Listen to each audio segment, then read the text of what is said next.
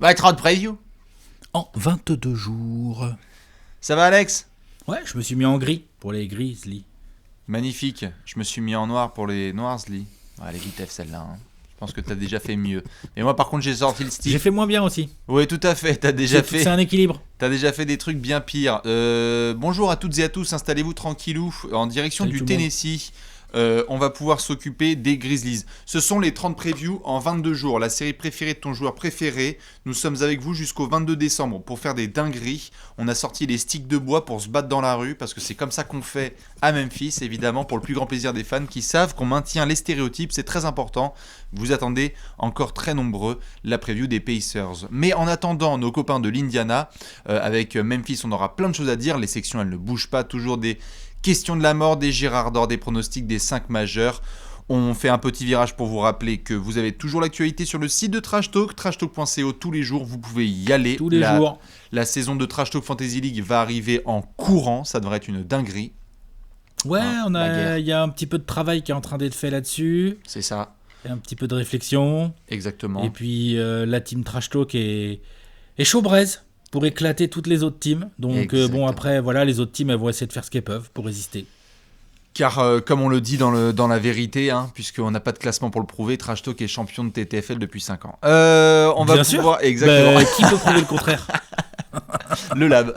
Même pas, tu parlais. Même pas, évidemment. C'est facile de photoshopper un classement, franchement. Exactement. Bien évidemment, il y a aussi Léonce qui nous prévoit plein de petites dingueries pour les semaines à venir. Très très hâte d'être le 22 décembre et de démarrer cette saison avec notamment nos amis les Grizzlies qui ont été une des très belles stories de la saison passée. Et cela tombe bien car une preview commence forcément avec un coup d'œil dans le rétroviseur.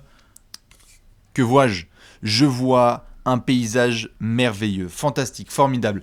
Le départ de Mike Conley, ça fait mal. La draft de Ja Morant et de Brandon Clark, très très bien. On va en parler en détail. Les débuts de coach Jenkins à Memphis, c'est très très simple. On va pas tourner autour du pot. Memphis n'était absolument pas attendu logiquement comme une équipe compétitive à l'Ouest. Ils vont être, avec le Thunder, la darling de la conférence Ouest tout au long de la saison quand même.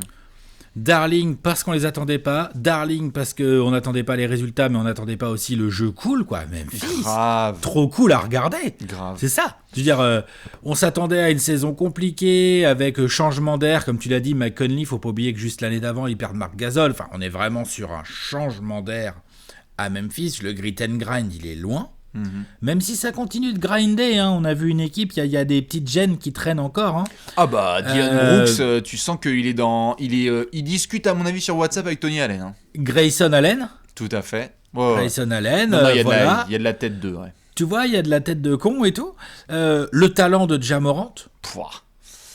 Qui est devenu magnifique. Ouais, qui est devenu en l'espace de quelques mois l'espèce de nouvelle coqueluche un petit peu de la NBA. Beaucoup de gens qui adorent son jeu ultra spectaculaire, compétiteur, du highlight, clutch tout à fait. Et tout de suite, Memphis, qui n'avait pas le talent énorme dans son effectif, montre avec coach Jenkins, ancien assistant de Mike Budenholzer, que sur un système assez simple qui consiste à bien attaquer, punir dans la raquette, bien shooter, et surtout essayer de bien défendre collectivement, peut faire des choses formidables, et c'est ce qu'ils vont montrer à l'Ouest. Ouais. Très bonne gestion des rotations de ces jeunes joueurs de la part de Taylor Jenkins, tu fais bien d'en parler, il a fait vraiment un excellent travail avec ce groupe.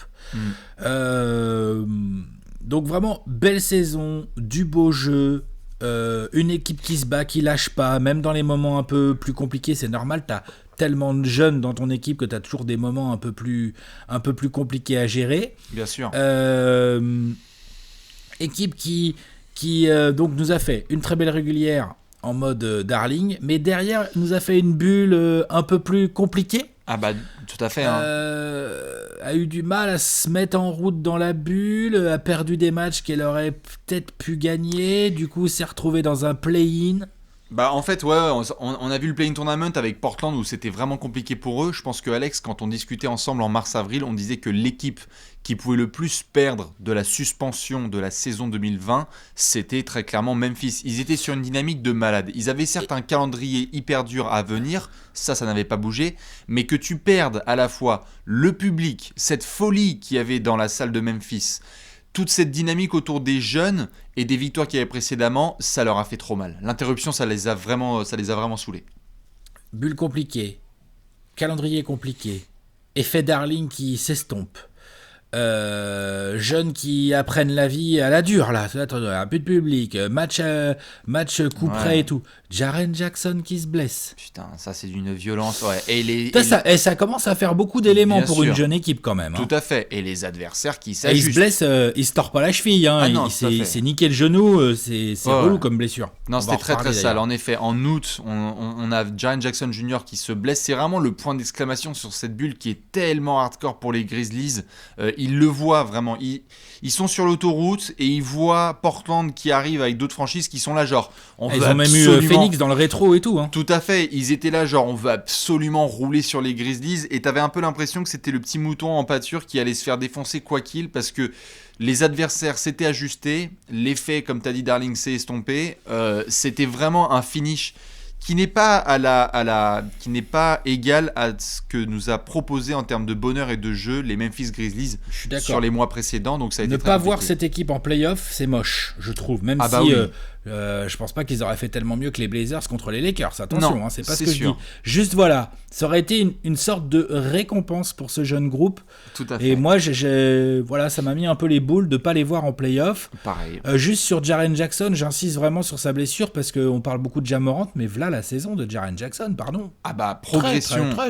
Très bonne saison de Jaren Jackson. Grosse progression, toujours quelques soucis évidemment de fautes dans les gestions de fautes, mais le défenseur est suprême, le jeu offensif se développe, la complémentarité avec Ja Morant est très très bonne. Ja Morant, on en a parlé évidemment, rookie de l'année, merci Zion Williamson, mais il n'y a pas de débat, c'est un rookie de l'année et pas d'un mois.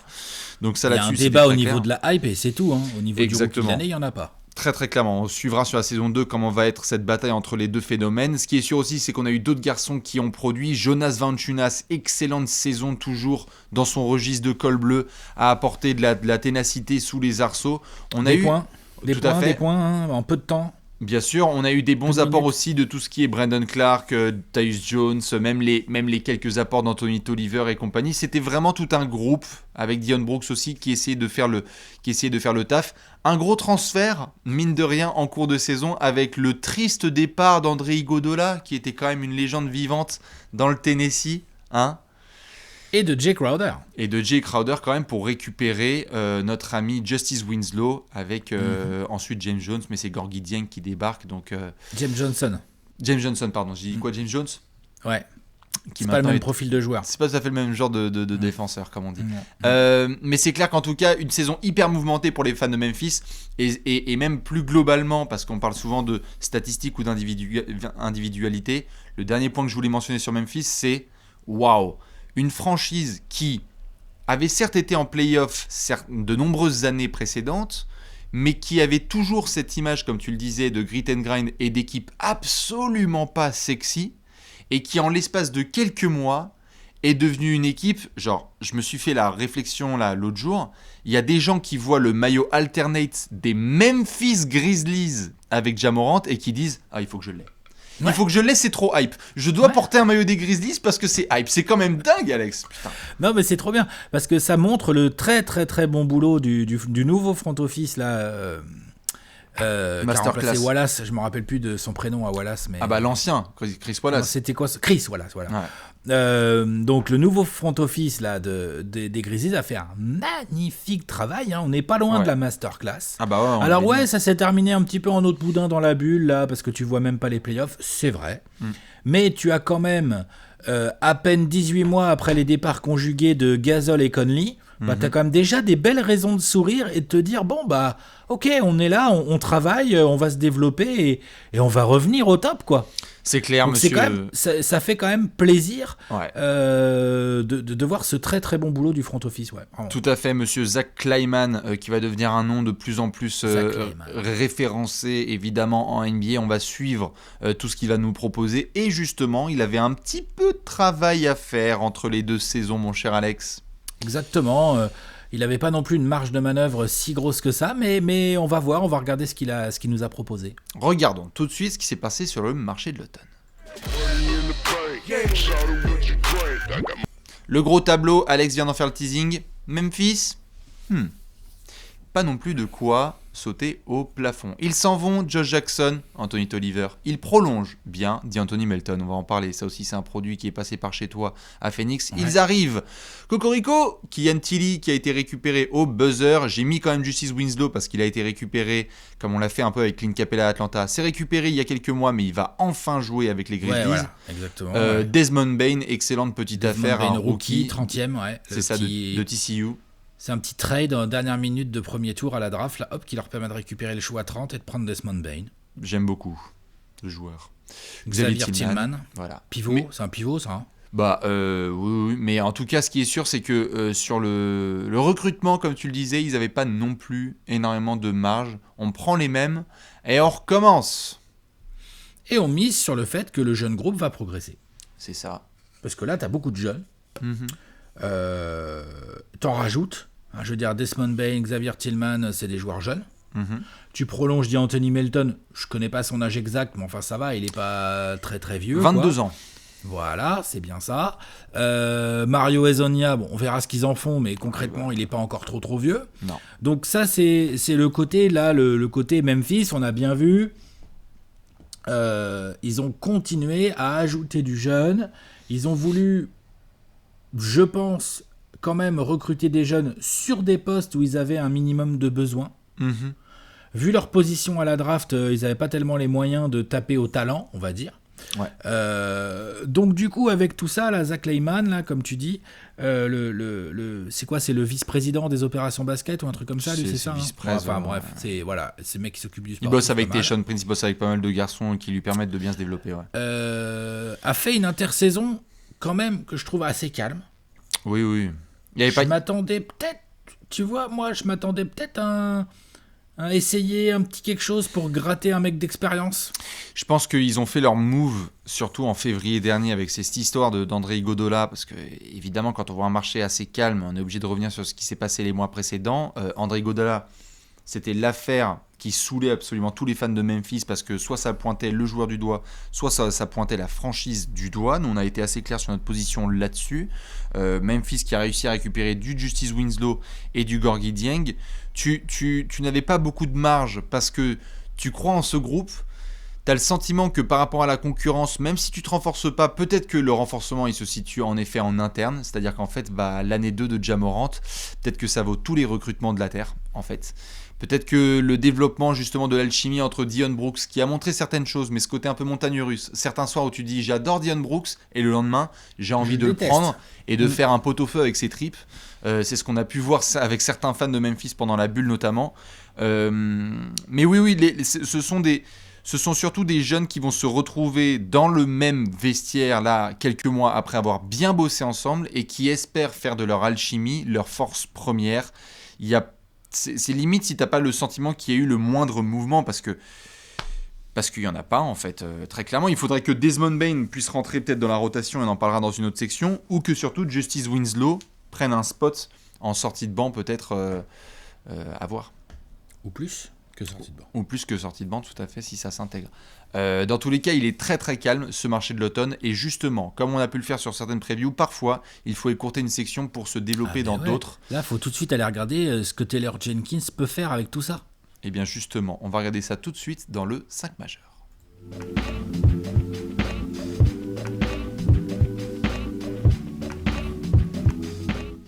Le 5 majeur. Alex, le point, il est tendu. Nous avons un meneur, un arrière, un ailier fort et un pivot. Des interrogations évidemment sur la franchise du Tennessee. Nous avons 5 joueurs que nous devons mettre sur le terrain. Et dans cette section, on se pose à côté du coach et on essaie de faire les experts. Y a-t-il des verrous dans le 5 majeur de Memphis ? Posons-nous la question. Surtout pour démarrer la saison, parce que même si on espère avoir Jaren Jackson Jr., on va en parler. Je fais tout de suite ma petite minute médicale. Je vois que tu me dis qu'il y en a 4. Je fais tout de suite la petite minute médicale. Opération au niveau du ménisque en août dernier. Les médecins sont très optimistes. Pour le moment, de la part du management de Memphis, on parle du fait qu'il revient bien, qu'un retour en janvier n'est pas à omettre, mais qu'il faudra être patient avec Jaren Jackson Jr. Il sera pas là pour la reprise. No. Il y a quand même de fortes chances qu'il rate au moins les 4 premières semaines, d'après ce que je comprends. C'est bien ça. C'est pas une très bonne nouvelle, hein. Surtout qu'après, il faut revenir en plus. Et après, il faut revenir, c'est ça. Mais je le compte quand même dans mes 4 locks, tu vois. Entre guillemets, pour moi, quand il est là, il est titulaire. Ja Morant à la main, Jaren Jackson Jr. en ailier fort et Jonas Valanciunas en pivot. Ouais, Dylan Brooks aussi titulaire pour moi. Dylan Brooks en titulaire, en arrière. J'ai 4 locks. Tout à fait. Reste à savoir ce qu'on a sur l'aile. Ah là, il y a de la discussion. Ouais. Winslow doit se remettre de sa blessure. Il sera peut-être pas tout à fait prêt pour la reprise, mais peut-être pas loin. Est-ce que Winslow devient un titulaire au poste 3 dans cet effectif? Si c'est pas lui, c'est qui? C'est toute la question. Alors, il peut en effet. Kyle Anderson? Il y a toute la bataille avec Kyle Anderson, évidemment. Il faut voir si ça se développe au niveau d'autres jeunes. Je pense pas que Grayson Allen puisse s'intégrer là dans le 5 majeur. J'ai du mal à le voir. J'ai le sentiment qu'en effet, on part plus sur Justice Winslow pour le moment. Mais est-ce que tu l'as en sortie de banc et t'as ce joueur capable? On l'avait vu à Miami, on en avait parlé, que Spoelstra l'avait un petit peu mis sur un secteur extérieur où il pouvait un petit peu plus créer. On l'avait même vu meneur avec le Heat. Est-ce que Memphis a recruté Winslow en tant qu'ailier défensif capable de rapporter du hustle et ça va très bien fit dans le Tennessee, ou est-ce que c'est un leader du second unit? On peut se poser la question quand même. Ça dépendra comment il revient de sa blessure, à quel niveau, quel genre d'impact il a à l'entraînement et dans le vestiaire aussi. Peut-être Taylor Jenkins va avoir pas mal de paramètres à jauger pour prendre ce genre de décision. En tout cas, c'est sûr, on a tout de suite mis le doigt. Poste 3, l'aile de Memphis, c'est pas ouf. Non, ça c'est sûr. Parce que, ok, Kyle Anderson ou Justice Winslow, pourquoi pas. Après, c'est quoi? C'est Mario Hezonja? C'est là que tu te retrouves sur des options comme Desmond Bane ou Mario Hezonja, et c'est soit Desmond Hezonja Bane, qui ça m'a l'air d'être quand même beaucoup plus un 2, le remplaçant naturel de Dylan Brooks et ou Grayson Allen. Il pourrait jouer 3, moi je ne serais pas étonné qu'il puisse jouer 3. Après, Hezonja, c'est tellement haut, bas, haut, bas, haut. Enfin, je veux dire, même on avait parlé de lui chez les Knicks, et en soi, il y avait des choses qui étaient positives, mais après, on a vu à Portland et on s'est dit, est-ce que ça va se concrétiser? Non. Avec Mario, malheureusement, c'est pas le genre de gars sur lequel Memphis peut soudainement compter et se dire, ouais, on l'a lu en titulaire, ça va être safe, quoi. J'ai pas ce sentiment-là. Je regarde juste ce qui se passait sur les derniers matchs. Ouais, c'est ça. On avait Kyle Anderson qui était vraiment en titulaire. On avait eu Anderson qui avait fait le bon boulot. Après quelques soucis de santé, il avait été récupéré en sortie de San Antonio à Memphis. On avait du Anthony Tolliver qui prenait certaines minutes. Et malheureusement, dans le marché de l'automne, on l'a dit, il n'est pas prolongé, si je dis pas de bêtises. Une petite perte quand même. Pour moi, c'est Kyle Anderson qui devrait être titulaire. Moi aussi. Pour moi. Maintenant, c'est pas du tout un lock. Non. C'est quelque chose qui peut tout à fait évoluer. En plus, il y a la blessure de Jaren Jackson dont on vient de parler. Il y a le fait que Winslow revient de blessure lui aussi. Donc de toute façon, il va y avoir des ajustements à faire dès le début de saison en fait pour Taylor Jenkins. Genre Jaren Jackson, il joue pas. Bon, d'accord, c'est quoi? C'est Brandon Clark ton titulaire? Est-ce que Kyle Anderson c'est ton titulaire en 4? Ouais, non, c'est tout à fait, c'est une grosse question. Moi, j'ai l'impression que Brandon Clark pourrait tout de suite plug-in en tant qu'ailier fort titulaire. Du coup, c'est qui son remplaçant? Du coup, en remplaçant. C'est qui la rotation? C'est pas si simple. Non, c'est sûr. Mais de toute façon, Memphis va devoir, et ça va nous mener après à la grosse question, Memphis va devoir nous montrer que c'était pas une histoire d'affaires d'amour d'un an et qu'ils sont vraiment un groupe soudé avec un très bon coach capable de s'ajuster. Là, on leur met tout de suite des bâtons dans les roues. C'est-à-dire qu'on leur dit, on vous attend au tournant, vous avez un titulaire qui est blessé, et vous avez eu des modifications, même si elles sont petites, dans l'effectif. Donc, si tu as Brandon Clark qui est dans le 5 majeur, ce que je pressens, j'ai l'impression que tu vas essayer forcément de jauger ce que tu peux faire avec Valanciunas, Gorgui Dieng et d'autres petits, parce que tu sais que Kyle Anderson peut parfois aussi jouer certains 4. Mais c'est sûr, ça va être du puzzle au quotidien pour Jenkins. Parce que tu vois, sur le backcourt, je trouve ça quand même assez bien fourni. Oui, c'est bien. T'as Ja Morant et Dylan Brooks. Derrière, t'as donc DeAnthony Melton, vu le tarot auquel il a été prolongé, c'est pour qu'il joue. Oui, c'est bien. T'as toujours Tyus Jones. Ça, c'est très bien. T'as Grayson Allen. T'as drafté le rookie Desmond Bane. Ils ont prolongé Konchar. Enfin, il y a aussi, comment il s'appelle, on l'a pas énormément vu, mais bon, voilà, Guduric.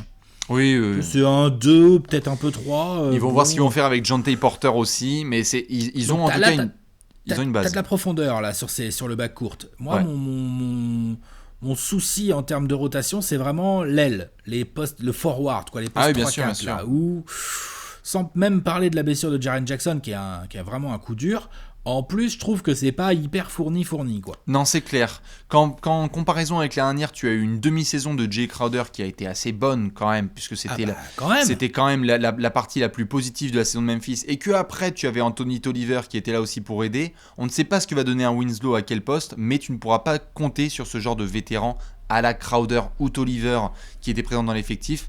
Et donc Jenkins va devoir nous surprendre. En tout cas, on est d'accord, il y a du verrou avec Ja Morant, Dillon Brooks et Valanciunas au moment où la saison démarre. Il y a un quatrième verrou avec Jaren Jackson Jr. et à voir qui va être en ailier. Dites-nous, évidemment, les fans de Memphis, qui vous voyez en ailier dans le 5 majeur. Nous, Alex, on va devoir se pencher sur une très grosse question et on va prendre le temps pour la question de la mort. Allez, vas-y, fais péter la pregunta. C'est l'heure de la question de la mort.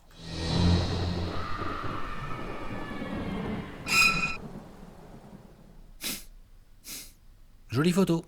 J'étais obligé de mettre Monsieur Iggy, légende dont le maillot sera retiré à Memphis, pour ceux qui n'ont pas l'info évidemment. Il sera retiré pour être brûlé. Tout à fait, il sera retiré pour nettoyer les chiottes. Voilà. La question de la mort. Vous le savez, pour chaque franchise, on se pose une grosse question. Et il y a une question qui existe de plus en plus et qui circule en ce moment dans les coulisses de la NBA, à se dire, ok, masterclass du management, jeune superstar au pluriel avec Ja Morant et Jaren Jackson Jr. La saison dernière des Grizzlies, est-ce que c'est un coup d'un an ou est-ce que ce sont les prémices d'une franchise qui va vraiment cartonner, dont la saison à venir? Il y a peut-être un petit intermédiaire là-dedans. Je t'en prie.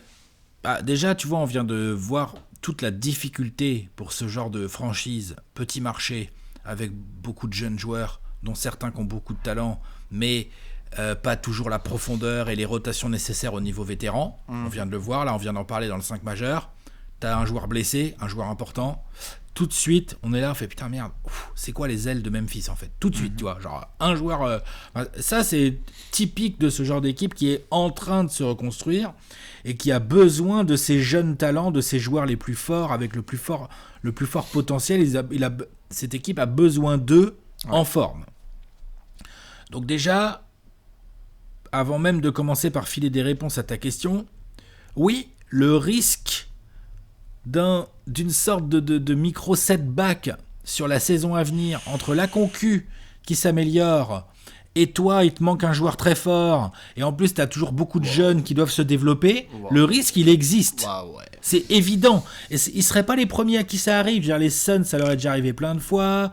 Les Hawks, tu connais bien. Je sais pas, moi, j'ai même pas envie de mettre les Kings là-dedans, mais je sais pas. Genre, il y a des équipes comme ça qui ont mis du temps. Et ils ont accumulé du talent, ils ont travaillé les talents, ils en ont gardé certains pour en développer d'autres et tout machin. Mais peut-être que tout ne peut pas se faire en une saison façon Darling. Peut-être que tout n'est pas accompli. Bien sûr.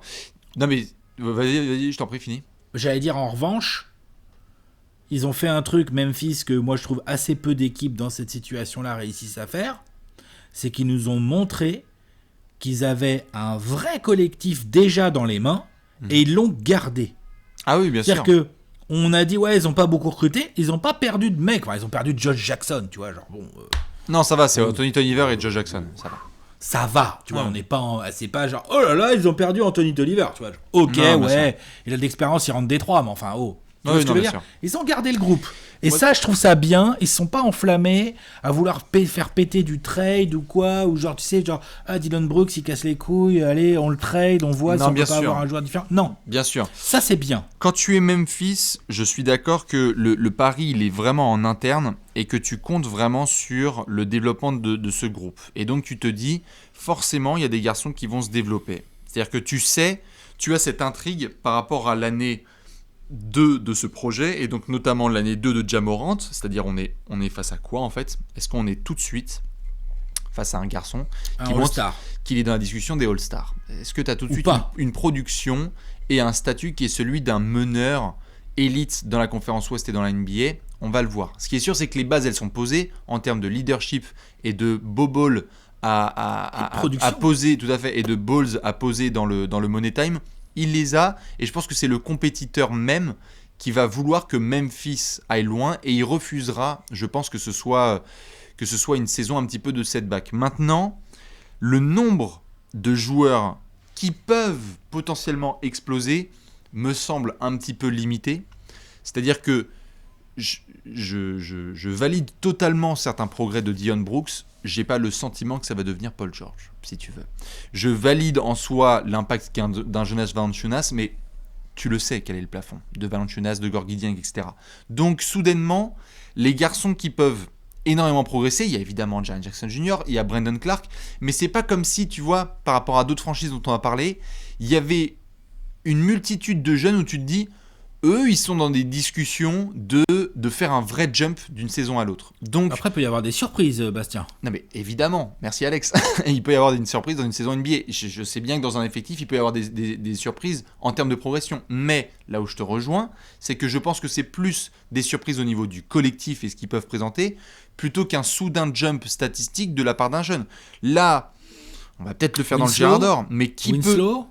Oui, mais j'ai pas l'impression que ce soit un jump statistique, si tu veux. Ou alors, soudainement, il va... Brandon Clark Brandon Clark, oui. Brandon Clark et Ja Morant et Jaren Jackson Jr. peuvent, eux, progresser. Mais donc, Kyle Anderson. Je sais pas, hein, je te balance des noms, là. Bien sûr, non. Je pense que Kyle Anderson, non. Je pense que le plafond, on va gentiment l'atteindre avec Kyle Anderson, et c'est un très joli plafond. Peut-être que Dillon Brooks peut un petit peu devenir plus régulier dans sa production offensive, parce qu'il fait partie des emblèmes de Memphis. Mais ce que je veux Melton Comment Melton. Oui, D'Anthony Melton. Ils ont l'air d'y croire. Hein. Et tout à fait. Et je te dis, moi, je suis très intéressé par Desmond Bane, et je pense qu'on peut être surpris par ce genre de rookie. Donc, je mets en avant le collectif. Ce que je dis juste, c'est que quand on a fait la preview de certaines franchises, on a dit Phoenix, ça s'est renforcé. Minnesota, ça s'est renforcé. Telle et telle franchise se sont renforcées. On peut pas dire la même chose du renforcement des Grizzlies. On mise sur l'interne, mais forcément, il faut qu'on choisisse un petit peu notre direction, quoi. Et moi, je t'avoue que je suis un petit peu pessimiste, et j'ai envie que Memphis me fasse mentir, mais j'ai l'impression qu'il y a beaucoup de franchises qui vont essayer, des adversaires qui vont essayer de s'ajuster et de dire « Ok, l'effet surprise, fine, très bien. Maintenant, on va vraiment calmer la chose, quoi. » Moi, je suis pas aussi pessimiste que toi, clairement. Je pense qu'il faut aussi relativiser. Tout ce que tu viens de dire est très vrai, mais il faut peut-être le relativiser en se disant peut-être qu'on est pessimiste parce qu'on en attend un peu trop aussi. Mm-hmm. Genre, en fait, si Memphis peut juste être dans la continuité de la saison précédente, c'est-à-dire avec des jeunes qui progressent, avec commencer à voir, genre comme tu viens de le dire, genre est-ce que c'est Dillon Brooks qui peut vraiment avoir un putain de plafond, ou est-ce que c'est Brandon Clark, est-ce que c'est les deux, est-ce que tiens, D'Anthony Melton, en fait faudrait peut-être le faire jouer à côté de Ja Morant plus souvent, parce qu'en fait ça fait un backcourt hyper, tu vois, genre ils sont encore dans ce travail-là, même. Bien sûr. Ils sont encore là-dedans. En plus, Jaren Jackson est blessé, mais donc Brandon Clark, est-ce que tu l'essayes en titulaire ? Est-ce que tu lui gardes son rôle de sixième homme energizer là, qui sort du banc et qui déboîte les secondes unités adverses ? Comment tu travailles avec tout ce noyau de jeunes ? Je pense qu'aussi... on peut être pessimiste, tout dépend où tu mets les objectifs de Memphis. En fait. C'est ça, c'est que... si tu veux les retrouver... à 40 wins parce qu'ils en avaient 34 l'année dernière et que tu te dis faut que ça progresse, là tu peux être un peu pessimiste sans faire trop de spoilers. Non mais bien sûr, mais là, ça après c'est compliqué. Tout à fait, ça après c'est un peu extrême, mais ce que je veux dire par là, Alex, c'est que l'année dernière ils sont dans la course au play-off. Est-ce que ce sera encore le cas cette saison ? Je pense que c'est l'objectif l'objectif de Memphis, Alex, non mais je demande. Hein. Alex quand même. Est-ce que c'est un objectif réaliste pour Memphis ? Soyons sérieux. Tu as été dans le play-in tournament la saison dernière, si tu vises pas les playoffs, il y a un gros problème en interne. Je pense qu'on est d'accord là-dessus. Ok. Tu penses pas ? Saison dernière, saison particulière, il y a des équipes dont on a déjà fait la preview avant les Grizzlies, là, qui ont vraiment eu de gros renforts lors de l'été. Oui, mais là, quand t'es Memphis et que tu te ramènes au camp d'entraînement, non, mais quand t'es Memphis, tu te ramènes au camp d'entraînement, évidemment, tu dis pas je vise la 14e place. Évidemment, je te parle de nous, là. Nous, on n'est pas de Memphis. Nous, là, comment on voit Memphis par rapport à la question de la mort que tu poses. La saison dernière, qui est une saison en mode darling, elle peut aussi avoir une continuité de progression pour Memphis sans pour autant que les résultats soient forcément au rendez-vous des attentes des gens de Memphis, mais qui soient réalistes par rapport à ce qu'est la NBA, et qu'il y avait les Warriors qui ont tanké, que les Suns sont hyper renforcés, que les Blazers quand même, on en a parlé, ils ont quand même, tu vois ce que je veux dire, il y a tout ça, ça compte aussi. Ah mais évidemment, mais c'est pour ça que quand j'ai tenu ce discours avec les Kings notamment il y a 2 ans, où ils avaient eu une saison de darling, où ils étaient dans la course au playoff, et que après, évidemment c'est pas le même dossier, ils ont changé de coach, mais quand la saison d'après, tu as un vrai setback, parce que tu tombes en 10e, 11e place, je pense que Alex c'est indéniable, on a dit, bon bah c'est hyper déprimant. Même si tu peux avoir des progrès en interne, tu peux te dire waouh, Buddy Hield est devenu une young superstar, De'Aaron Fox est capable d'être dans la course au MIP, et c'est ce qui s'est passé. Donc en interne, il y a eu des progrès de la part de certaines individualités. Ouais, mais il y a aussi eu changement de coach, changement de front office. C'est pour ça que je te dis que là, Memphis, je les sens dans un délire de stabilité quand même supérieur aux Kings. C'est pour ça que je ne me permettrai jamais de comparer la stabilité récente de Memphis avec le bordel des Kings, mais par rapport au discours que tu tiens, je le remets juste en compas avec ce qu'on a dit avec d'autres franchises, parce que si Memphis fait une saison de darling et que la saison qui arrive là, il y a certes des progrès, mais que tu es en 11e, 12e place, je pense que je suis désolé, on appelle ça un setback. Oui, mais il faudra jauger ce setback, si c'est le cas, et regarder à quoi il est dû réellement. Est-ce que c'est vraiment genre Memphis qui a moins bien joué, qui a pas été dans la continuité, ou est-ce que c'est interne. Ou est-ce que comment ? Un plafond interne. Un plafond interne, ou est-ce que c'est juste la concu en fait l'année dernière elle était un peu faussée, donc cette année ça rigole beaucoup moins, donc en fait ils sont un peu entre guillemets à leur place. Tu vois, genre on est bien obligé de raisonner comme ça, mais je suis d'accord avec toi, le risque d'avoir du mal à progresser en termes de résultats cette saison est énorme pour Memphis. Il est réel, et c'est ce qui fait que c'est la question de la mort. Donc évidemment, les fans de Memphis, on vous attend face à cette question de la mort. Où est-ce que vous attendez les Grizzlies ? Est-ce que c'est justement trop attendre de les vouloir en play-off, ou est-ce que justement c'est bien parce que c'est l'optimisme qu'il faut avoir pour ce groupe qui va être dans la continuité d'une excellente saison 2019-2020 ? Alex, nous on va devoir décerner un trophée du peuple, si je ne dis pas de bêtises. Le Golden, le Gerrard. Exactement, c'est l'heure du Gerrard d'or.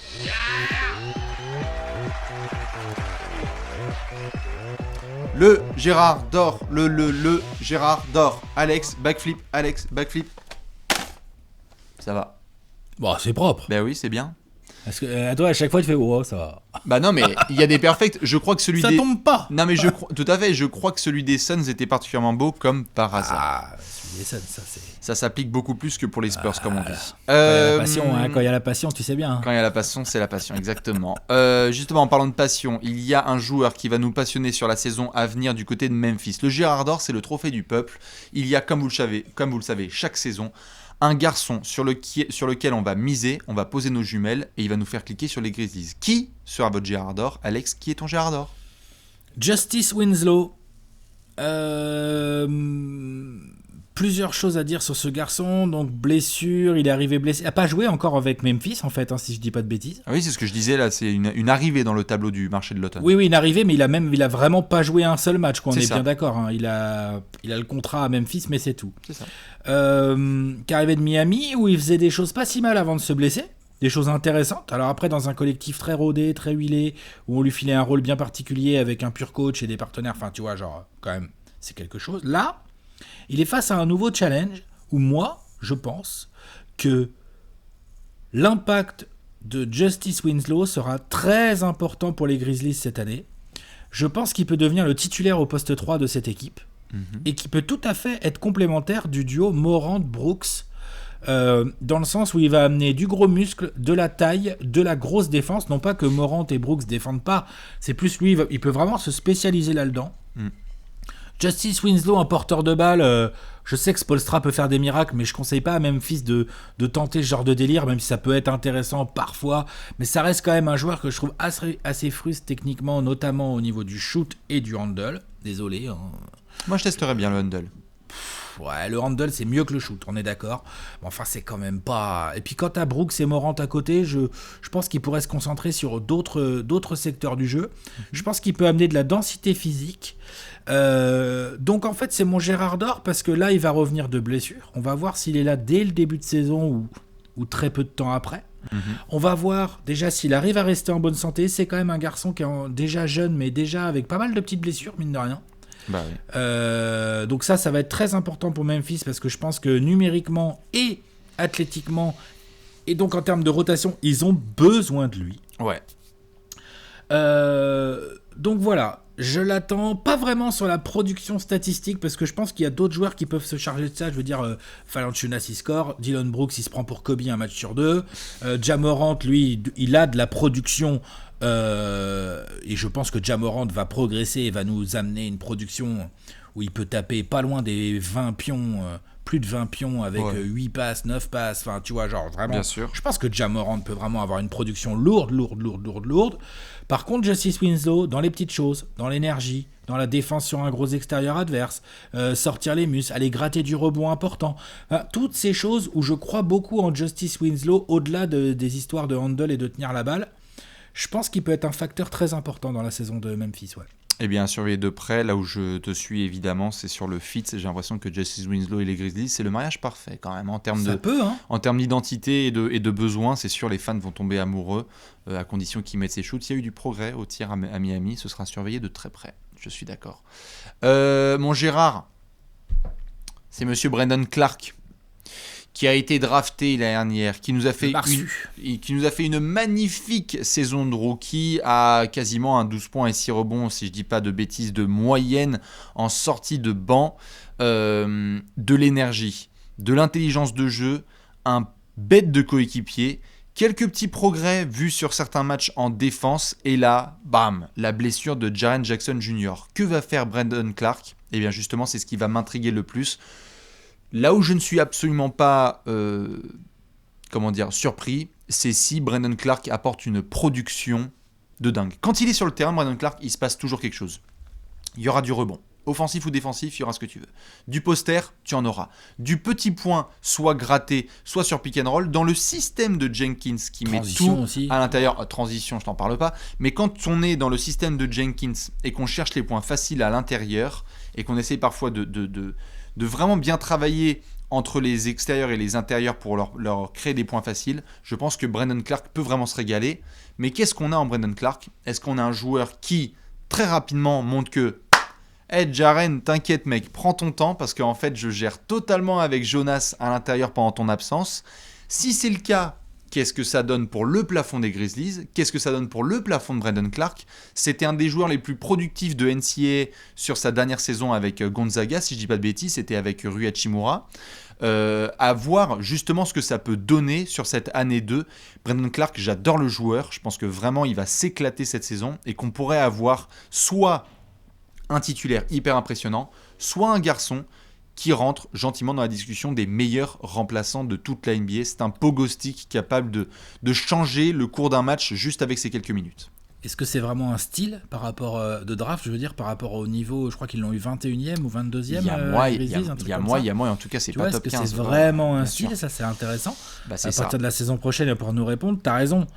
Franchement, là, il va pas piquer le spot de titulaire à Jaren Jackson, mais clairement, il va y avoir plusieurs semaines où il va peut-être être utilisé en titulaire, franchement. Tu joues 22 minutes. Il y aurait une logique. Hein. C'est ça, tu joues 22 minutes et t'es à 12 points et 6 rebonds avec quasiment un compte de moyenne. Quand il en joue 34, en fait. C'est ça. Qu'est-ce que ça va donner ? Ou même s'il en joue une trentaine, parce que l'autre, tu lui donnes 30 minutes, marsupial. Il peut faire du 15 points et 10 rebonds sans problème, et Memphis win, Ja Morant double-double avec Brandon Clark, deuxième meilleur joueur de l'équipe, pendant l'hiver, non seulement je serais pas étonné, mais quelque part, vu les objectifs de Memphis, il faudra ça, jusqu'à ce que Jaren Jackson revienne. Et attention évidemment, comme on l'a dit, au retour de Jaren Jackson Jr., ça se fera ni comme ça, et vu la licorne que c'est, il faudra prendre son temps. C'est des beaux Gérard, tout ça. C'est des très beaux Gérard à surveiller. C'est du bon Gérard, bien sûr. Ça fait partie de la grosse question de la mort. On disait il y a des jeunes à développer. Ce seront nos Gérard d'or. Alex, nous on va devoir passer à une autre petite section. Pronostico. C'est l'heure du pronostic.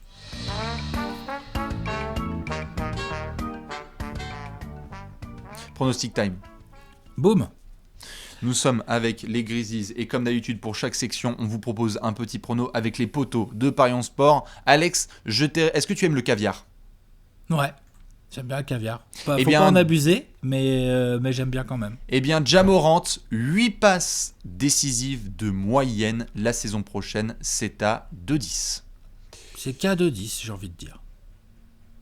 C'est pas si simple de faire 8 passes d'ess par match. Hein. C'est pas simple, mais alors s'il y a bien une base que nous a présenté Ja Morant, c'est que dans le club des garçons qui pourraient faire entre 8 et 10 passes de moyenne toute leur carrière, il se présente. L'avantage qu'il a pour lui, c'est qu'avoir des ballons en main, le usage rate de Ja Morant la saison prochaine, surtout au début de saison avec la blessure de Jaren Jackson, bonjour. Du caviar. Et l'autre, donc ça c'est le premier avantage. Le deuxième avantage qu'il a pour lui, c'est qu'il a quand même quelques joueurs autour de lui qui savent mettre un ballon dans le panier. Tu parlais de... Toi, t'as pris Brandon Clark là en Gérard. Hop, t'as 8 passes décisives. Clairement. Ouais.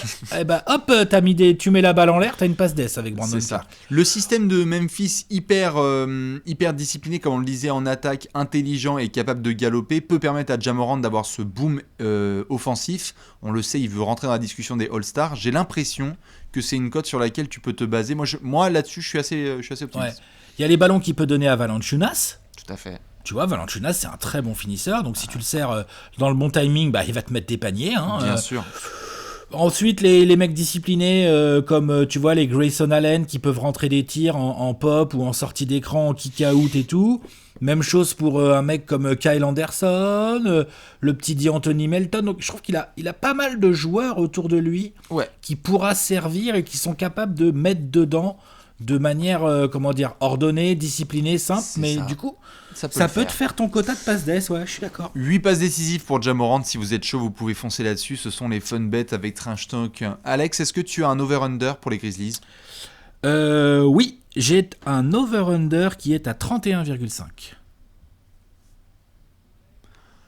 Je vois que nous sommes plutôt d'accord. Tu le trouves bien calibré ? Je le trouve particulièrement bien calibré. C'est la nouvelle punchline, évidemment, vous pouvez la reprendre, surtout l'énergie. Alex, tu le sais, est-ce que tu es prêt pour tes 24 secondes ? Oui, je suis prêt pour mes 24 secondes. Vas-y, fais péter le chrono. Vous pouvez vous aussi vous préparer. 24 secondes pour Alex, 24 secondes pour Bibi. On doit résumer l'avenir des Grizzlies sur les prochains mois. Qu'est-ce qui va se passer ? Est-ce qu'on va encore se taper une saison suspendue pour avoir une fin de saison de merde ? Eh bien justement, on va le savoir tout de suite. Alex, 3, 2, 1, Stromae Swift. 31 victoires pour les Grizzlies. Comme on en parlait dans la question de la mort, comme on en a fait l'allusion un peu pendant toute la preview, je la sens pas ouf cette saison pour les Grizzlies. La blessure de Jaren Jackson pour moi fait très très mal. Faudra voir quand et comment il revient. Je pense que peut-être ils seront dans la lutte pour le play-in. Hein. 31 victoires, c'est à peu près là que je les positionne, mais je les vois pas en play-off à la fin de la saison. Je pense que la concu a trop progressé et que Memphis doit encore travailler avec ces jeunes et leur faire passer des caps. Je suis d'accord. Allez, je vais me faire plaisir. Chaque fois, je reste sur les 24 secondes. Là, je vais en prendre 57. 3, 2, 1. Pareil, setback du côté des Grizzlies. Je crois que je leur ai mis 29 ou 28 victoires. En tout cas, ils ne sont pas dans les playoffs ni dans le play-in tournament. Bien évidemment, la saison qui arrive va nous réserver des surprises. Est-ce que Memphis va encore nous avoir, je ne sais pas moi, des Warriors qui chutent, les Pels qui n'arrivent pas à compter sur Zion Williamson, les Suns qui ne peuvent pas compter sur Chris Paul, les Rockets qui chutent soudainement, tout à fait. Plein de choses peuvent se passer en NBA qui permettent à Memphis de faire son petit chemin, mais je crois que la concurrence va s'ajuster, notamment à ce que Memphis a proposé la saison dernière, qu'on va avoir tout de même le jump de Ja Morant et celui de Brandon Clark, le Gérard d'Or. Je ne les vois pas en play-off et je pense que voilà, c'était une très très belle saison dernière, mais je leur donne plus en fait rendez-vous l'année prochaine, bizarrement. Voilà pour mon pronostic de 57 secondes. Du coup, on va montrer le gros tableau. Allez. 28 victoires, voilà, je leur ai mis. Donc c'est toi, marrant. Moi, j'ai plus de wins, mais ils sont 13e. Eh oui, mais que veux-tu ? Parce que moi, j'ai un petit paquet, t'as vu, la Wolves, Grizzlies, Spurs, autour de 30, quoi. Ben ouais, alors que disons que j'ai mis Grizzlies quand même un petit peu derrière certains. Ouh là là, il y en a qui voient les Grizzlies derrière les Spurs. Par contre, j'hallucine, ah ouais, d'accord, ok, ouais. De quoi ? T'hallucines sur quoi ? Rien, ton classement à l'ouest. Bah écoute, j'ai envie de dire que tu mets tout de suite les Wolves devant les Grizzlies, j'ai envie de voir. Je veux bien voir en fait. Ouais, j'avoue, ça se discute. Hein. D'ailleurs, je les mets devant. Je leur ai mis 31 victoires chacun. Hein. Comme quoi, tu vois, la discussion était réelle. Hein. Tout à fait. C'est pas ça qui me... C'est quoi alors ? Mais on en parlera plus tard. Ah bah vas-y, je t'en prie. Te défile pas. Donc là, je vois que les Rockets... Je sais pas où tu les mets, mais je sais déjà que tu les mets dans les 7. Tout à fait. Et si j'en déduis de ton tableau, tu vois ce que je veux dire? Je ne fais pas partie de la team réaction à chaud. J'aime bien garder un peu de perspective sur toute une saison. On en parlera avec les Rockets. En plus, franchement, ils font une intersaison impeccable. Magnifique, objectivité totale. Du coup, on se retrouve bien évidemment bientôt pour une nouvelle vidéo preview. Je vous laisse comme d'hab avec l'indice. L'indice, c'est Vive la baie. Vive la baie, eh bien magnifique, vive la baie, et à très très vite pour une nouvelle preview des 30 previews en 22 jours. Des bisous. Ciao, bisous. Ciao. Ciao.